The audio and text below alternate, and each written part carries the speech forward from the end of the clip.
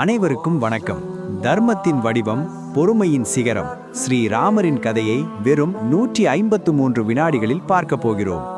அயோத்தியின் இளவரசனாக பிறந்து ஒட்டுமொத்த மனித குலத்திற்கும் வழிகாட்டியாக மாறிய ஒரு உன்னத மனிதனின் கதை இது.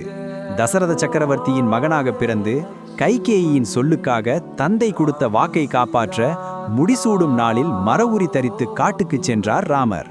கூடவே நிழலாக தம்பி லக்ஷ்மணனும் உயிராக அன்னை சீதையும் சென்றனர். காட்டில் அரக்கர்களை அழித்து முனிவர்களை காத்த ராமரின் வாழ்வில் ராவணன் சீதையை சிறையெடுத்தபோது ஒரு பெரும் சோதனை வந்தது. துணையின்றி தவித்த ராமருக்கு அனுமனின் நட்பும் சுக்ரீவனின் வானரப்படையும் பலம் சேர்த்தன.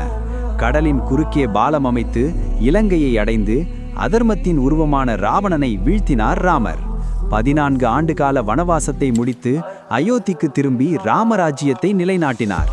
ராமாயணம் வெறும் போர் அல்ல, அது ஒரு வாழ்க்கை நெறி. ராமர் நமக்கு சொல்லும் மிக முக்கியமான தத்துவம் இதுதான்.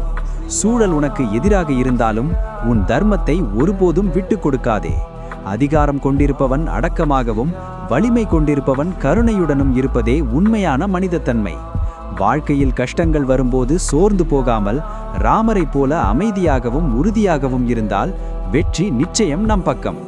ராமரின் இந்த வாழ்க்கை பாடம் உங்கள் மனதை தொட்டிருந்தால் மறக்காமல் இந்த வீடியோவிற்கு ஒரு லைக் போடுங்கள். நம்முடைய வரலாற்று சிறப்புகளை இன்னும் ஆழமாக தெரிந்து கொள்ள நம்ம சேனலை சப்ஸ்கிரைப் பண்ணி சப்போர்ட் பண்ணுங்க. உங்கள் கருத்துக்களை கீழே உள்ள கமெண்ட் பாக்ஸில் சொல்லுங்கள். நன்றி.